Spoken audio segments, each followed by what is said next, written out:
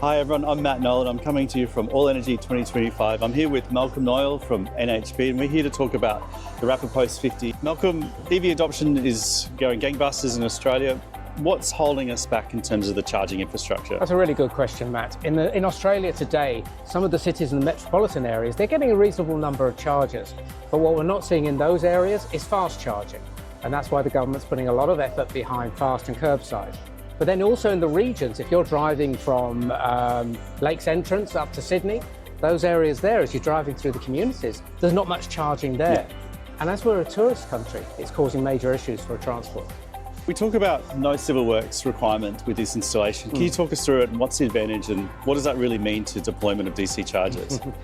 If you're installing a DC charger today, and we're talking about fast charging, you've got to put in a concrete plinth in, you've got to do conduit back to a switchboard, you've got to do load management, you've got to do a lot of that functional area around civil engineering. That's a costly exercise. With Rapid Post, it's been designed to be mounted with a simple bracket onto a DNSP's pole. To do that, you're talking about a level 2 electrician, they are around there, and also some form of lifting equipment, because as strong as I look, I can't lift this baby as 140 kilos.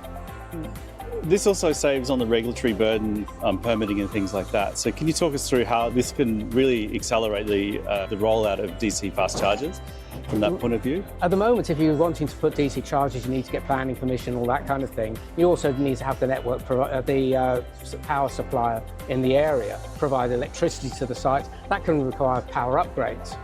However, in that same area, you've got what's known as the distributed network service providers, DNSPs. Those guys have got power going to the top of a pole like this.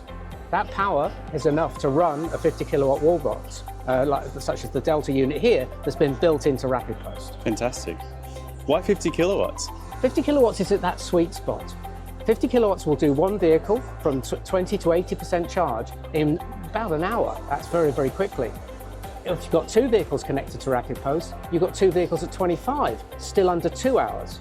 Think about local authority parking when you're parking your car. They're nearly always 2p parking. So if you can do your charge within a 2p ratio, you've got a sweet spot for local authorities, parking and charges. So this is not just a solution for regional, this is for metro as well, high density. Absolutely. In the metro areas, we're seeing with apartment areas, let's say, around the central Sydney, down here in Port Melbourne, you've got apartment buildings that are getting the right to charge. They're installing some AC charging, but those buildings aren't capable of supporting total infrastructure for the EV drivers. So on the outside, we're seeing the advent of AC chargers being put on poles. But the dwell time for that AC charger needs to be 4, 5, 6 hours to do the charge. This 2 hours in those inner city areas gives flexibility for an EV driver. Fantastic. So you've been speaking to councils, DNSPs and CPOs. Yes. What's the reception like? Well, it's interesting because the reception from the DNSPs has been made a lot easier by the fact that Essential Energy, our DNSP in the northern part of the country, came to us and supported us through the design, the manufacturing, worked with Delta, worked with NHP to come to a point where we have a DNSP originated idea. Yep. So now, when we talk to the DNSPs, they're really comfortable that this is actually meeting regulation. The supply meter box in the bottom with metering, NIMI metering and everything else, means that that charger is now compliant. That's meaning that the council's saying, oh, that's sweet. Under 2 hours, sweet. So it's actually working in all areas. Fantastic.